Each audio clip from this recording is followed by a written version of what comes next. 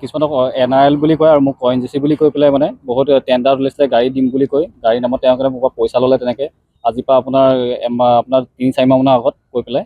তাৰপৰা বৰ্তমান তেওঁ পলাতক আছিলে বহুত 3-4 মাহ পলাতক আছিলে পলাতকৰ পাছত আমি তেওঁক সন্ধান কৰি পেলাই তেওঁক যোৱাকালি আমি দুজনমান মিলি তেওঁক ডিব্ৰুগড় কোৰ্টৰ বাহিৰৰ পৰা তেওঁক ধৰি আনিছিলোঁ মানে ধৰি আনি পেলাই তেখেতক আমি দিয়ক থানাত গতাই দিছিলোঁ এতিয়া আগন্তুক পৰ্যায়ত আমি SP ছাৰকো জনাইছিলোঁ গোটেই কেছটো সন্দৰ্ভত এতিয়া কি হয় এতিয়া বৰ্তমান পাছৰ পৰ্যায়তো তেওঁৰ পৰা কেনেকৈ পইচা নি উলিয়াব পৰা যায় তেওঁ ইমান সিহঁতেও বহুত টকা মাৰিলে তেওঁ জনামতে তেওঁ মোটামুটি আপোনাৰ 50-60 লাখৰ ওচৰা-ওচৰি পইচা মাৰিছে মানে বহুত মানুহৰ পৰা মিলি তেতিয়ালৈ হেৰি কৰিবলৈ তেওঁ এতিয়া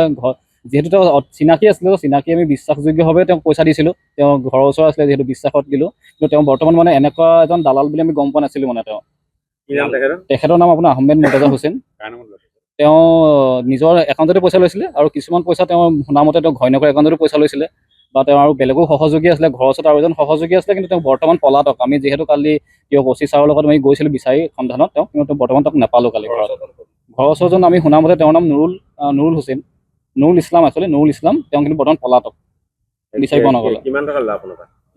মোৰ আৰু মোৰ লগৰ এজনৰ পৰা মিলাই আপোনাৰ প্ৰায় 2 লাখ টকা হ'ব মোক ONGC দিম বুলি কৈছিলে হয়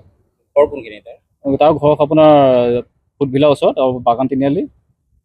তেওঁ ঘৰ বাগান তিনিআলি আমি কেছ দিছোঁ হয় প্ৰিয়ক জগদুৱাৰ এটা ল'ৰাই তাৰ নাম আছিলে কি আহমেদ মুৰ্তজা হুছেইন সি আমাক মানে আমাৰ পৰা এনেকৈ পইচা লৈ নুমলীগড়ত গাড়ী দিম বুলি মোৰ পৰা খালে পইচা আৰু মোৰ লগৰ গম পাইছোঁ বহুত ওপৰত এনেকৈ খাইছে গতিকে তাক এতিয়া থানাৰথী ধৰিছে বুলি গম পাইছোঁ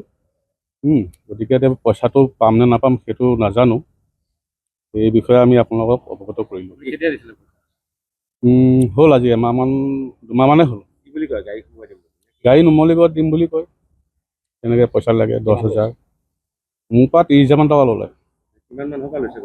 এনেকৈ গম পাইছোঁ এতিয়া আৰু এজন লগ পালোঁ এজন তেওঁ পৰা লৈছোঁ